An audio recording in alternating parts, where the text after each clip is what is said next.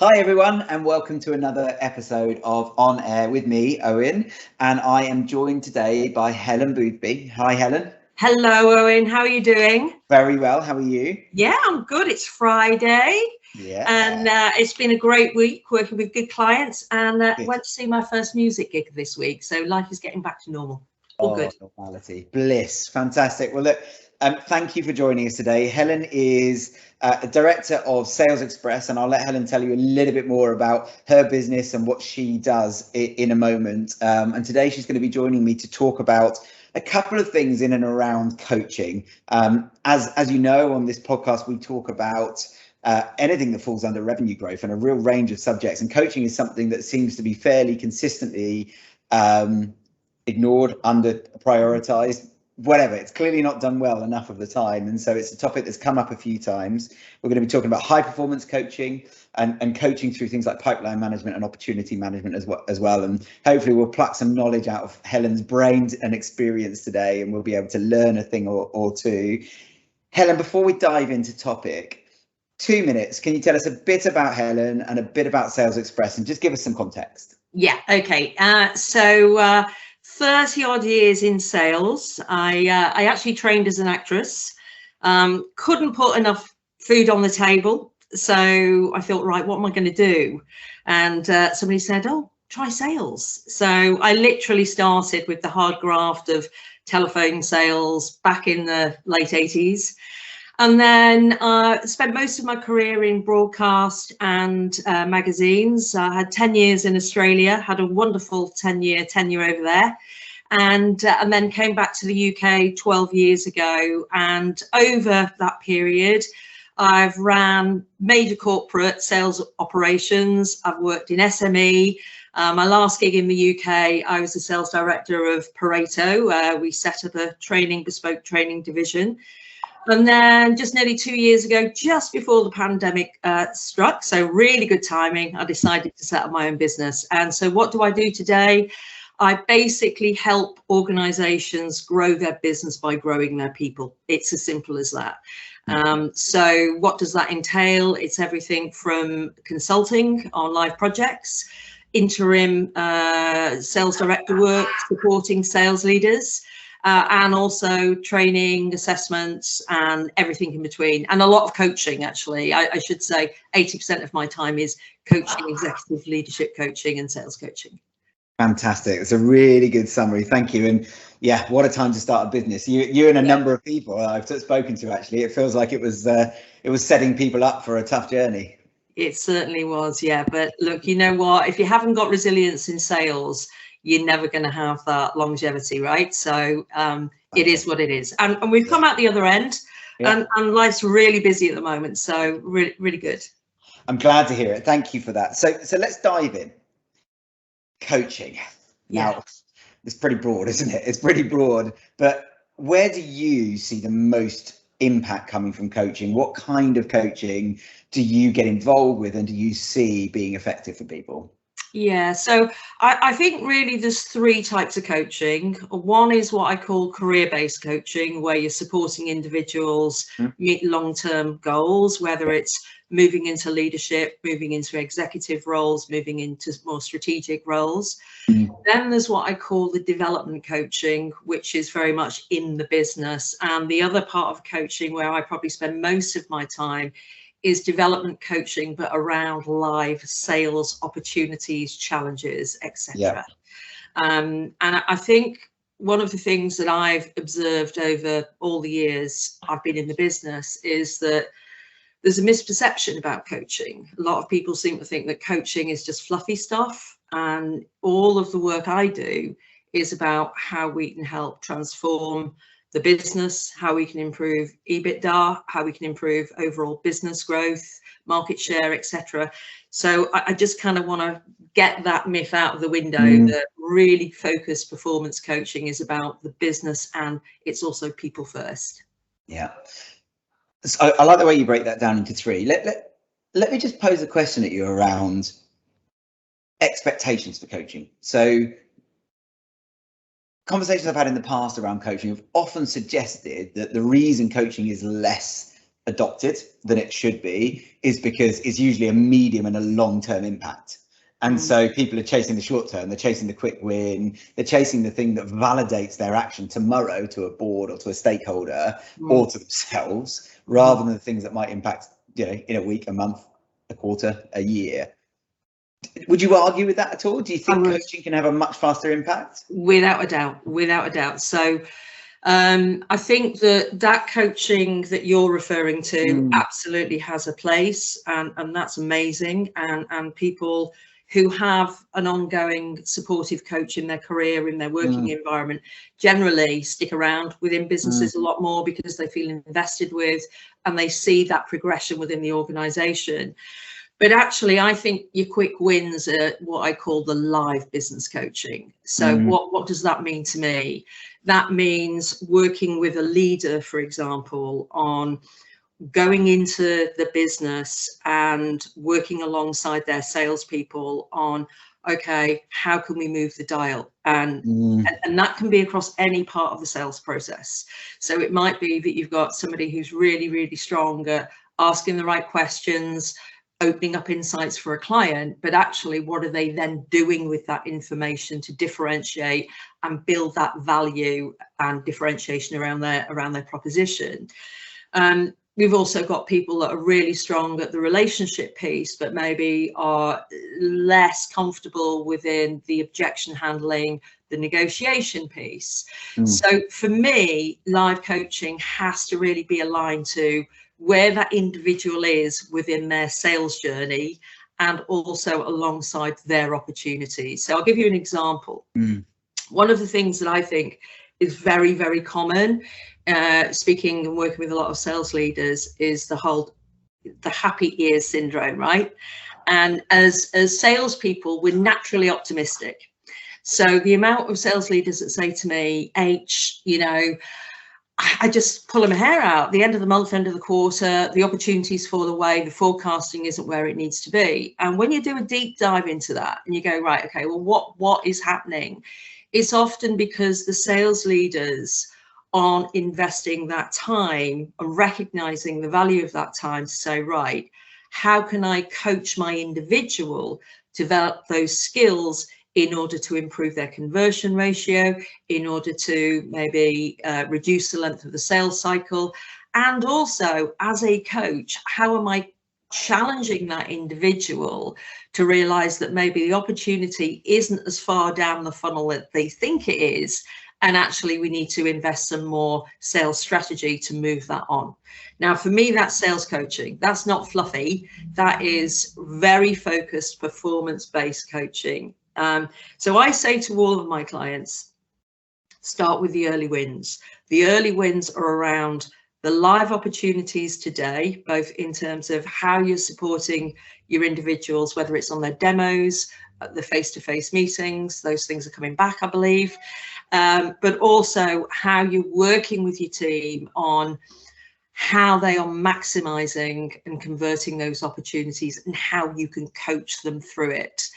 That for me is live, it's immediate. And I think if that in itself breaks the myth that coaching is just fluffy stuff, that is what I would say to any leader to put some energy, because they'll get some very immediate quick returns on it. So what you're saying is that the average salesperson, I'm not going to use titles because they're called so many different things nowadays, but somebody who's got a revenue target and they've got to do it, like, you know, they've got to bring that number in. They've got live opportunities. They've got scenarios sitting in their pipeline on Salesforce or HubSpot. They can see it visually on their dashboards, and it's telling them you've got these at proposal stage and these at this stage and so on and so forth. The average person might have 20, 30, 40, 50 deals in there, depending on the size of their pipeline and the length of their sales cycle. And what you're saying is that a good coach should be in talking about those opportunities and trying to change the trajectory of that deal, the deal cycle, finding ways to shorten, finding ways to change, move it forward faster, bring the sales value up, all those sorts of things. And then you can attach coaching to an outcome. Absolutely right. Maybe that's the missing link.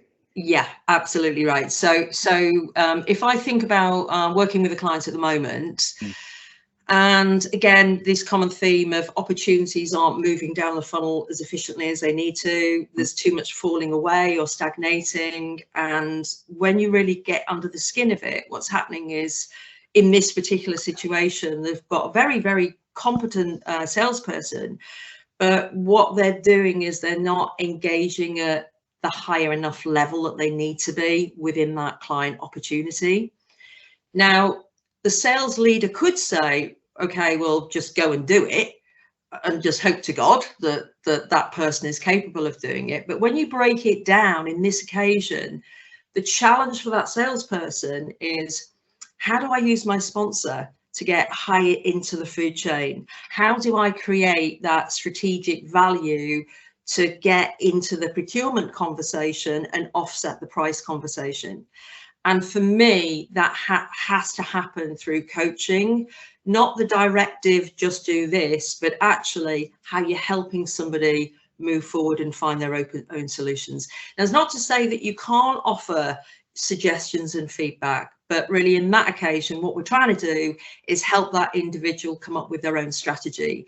And this particular leader, in doing that and taking that approach, has really started to see their salespeople just operate with a lot more velocity and confidence, because they're coming up with strategies and tactics through the coaching scenarios, through those live opportunities.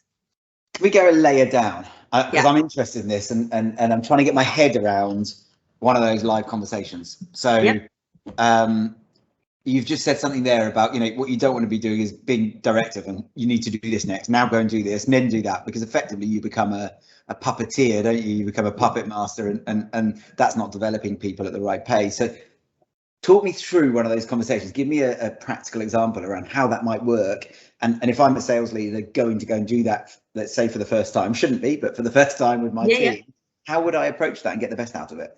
Yeah, okay. So I think first things first, I think as an organisation, you need to have a robust qualification framework. That for me is just a standard. So if you haven't got that yet, make it happen. It doesn't need to be. One? Is there something that you use that you swear by over the years? Yeah, look, there's lots. There's lots out there. There's BANT, there's Scope, there's Mean Chats, there's loads and loads. There's Scotsman.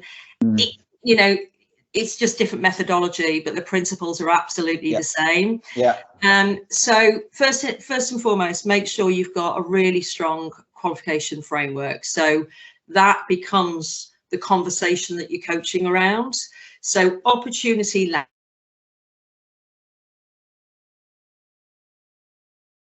The opportunity is live, there's a need, there's a driver, there's an issue that we can solve.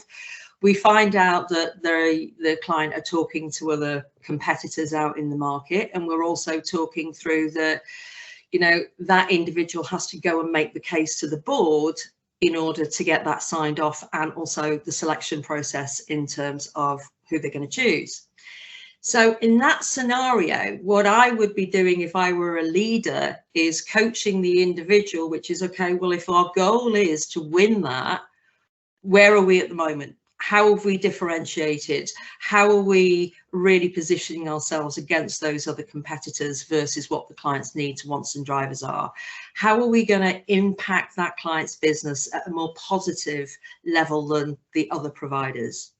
How are we going to get that visibility in that boardroom, including, have we had the conversation around, can we come in and share some ideas within that board environment around how we can support their business?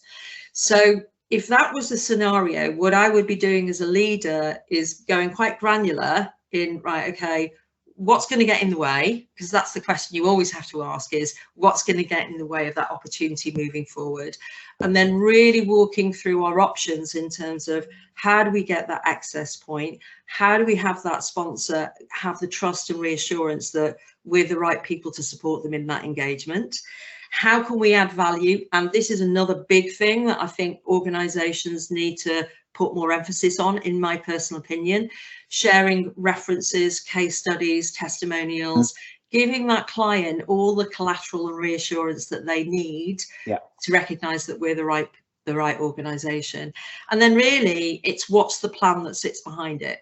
So that plan, in my mind, would probably, the individual will be committing to 2 or 3 primary objectives over the next week. I'm going to talk to my sponsor. I'm going to find out what they like about us. I'd like to understand what they think is maybe missing, how we stack up. I'd like to understand, can we get an audience if we share some insights as to how we're going to protect this investment and give them a return? And then we agree that plan, and that plan happens over the course of that week. Those actions happen over the course of the week.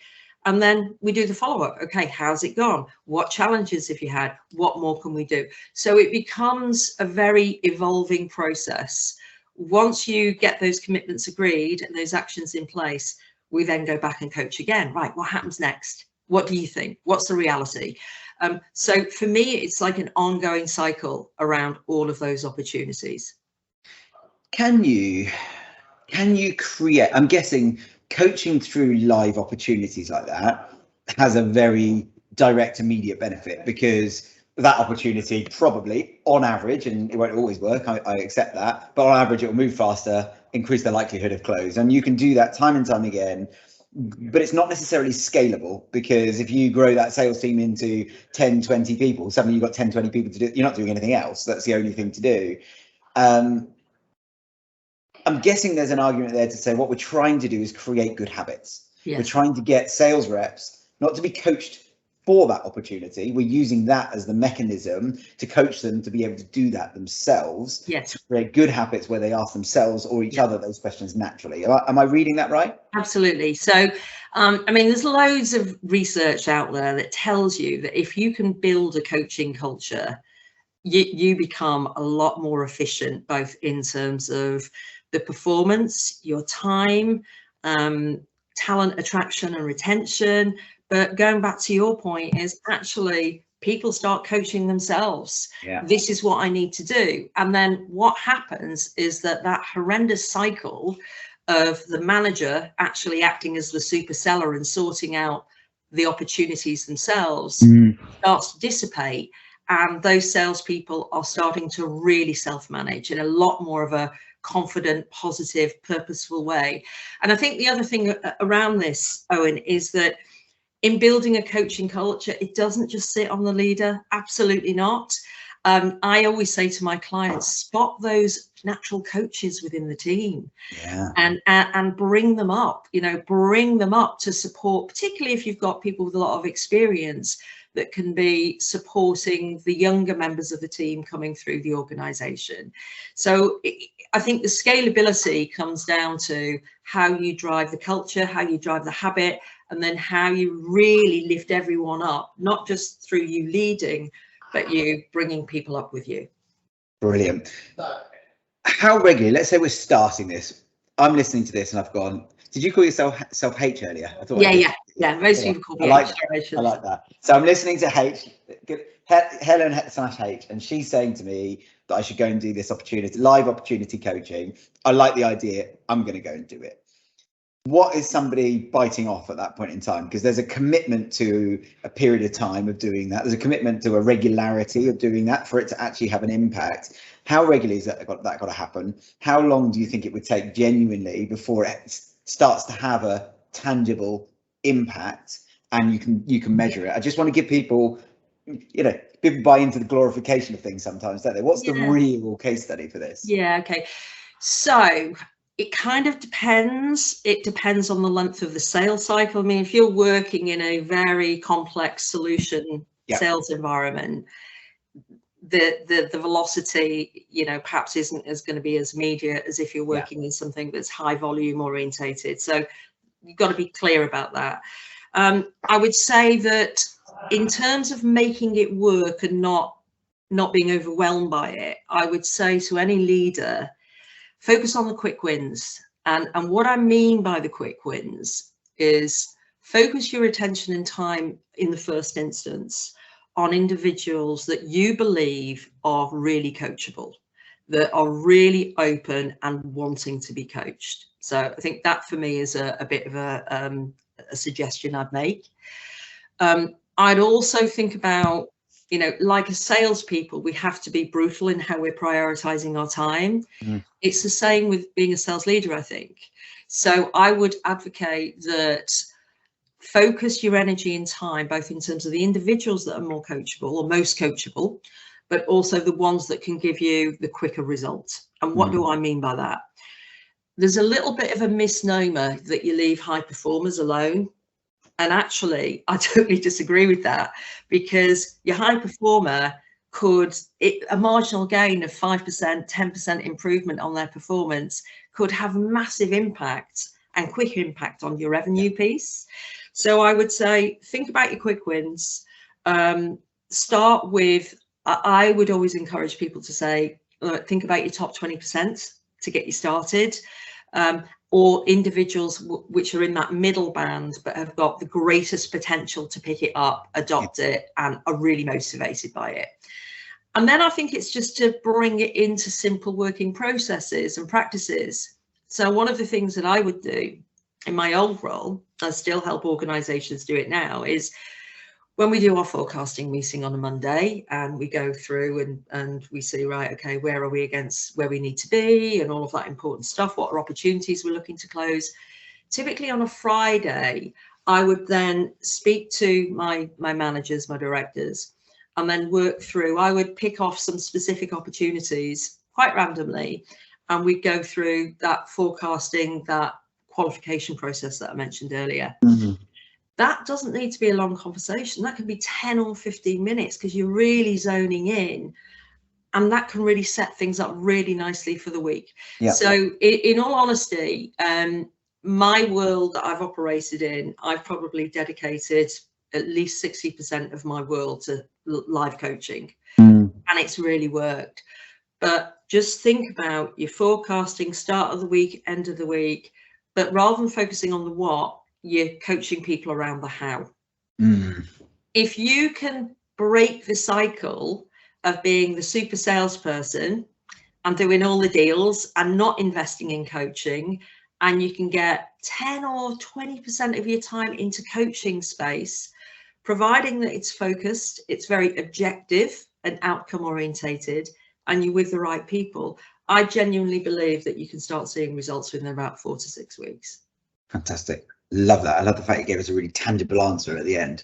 Very well formed, but I enjoyed that. Let's just touch on what a good coach looks like, what their traits are, because you need certain things to be an effective coach, don't you, in terms of personality style and things that you enjoy. What are you looking for in a good coach? What do you tend to see?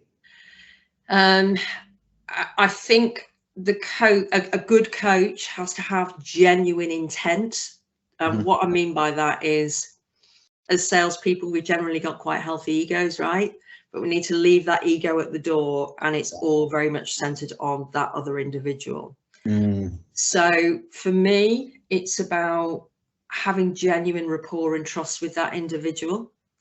Because if you want somebody to open up around their real challenges, they've got to feel that intent and that trust is there. So I think that meaningfulness and that intent has to be really clear. I think we, like great salespeople, we've got to be able to listen, but we've also got to be able to ask the really challenging questions to help move that conversation on. I think really strong listening and questioning skills. I think that I genuinely do not feel that you can be a good coach without observational insight. I really don't. Because again, I've been in that world where your manager says, how did the call go? Yeah, it went great, of course it did. Yeah, the order's coming in, but there's no focus on, okay, well, what's going to get in the way? What are the steps? What do we need to do?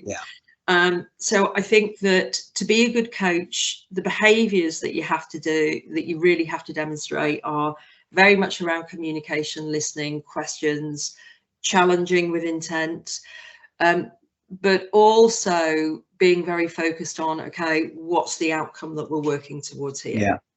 And I've worked with people that would say, I'm a really good coach, but when we get into the nitty-gritty of it, they're great at the empathy and the rapport and the supporting. That's amazing, but there's no real clear output. Yeah. And that therefore becomes a cozy chat as opposed to a coaching engagement.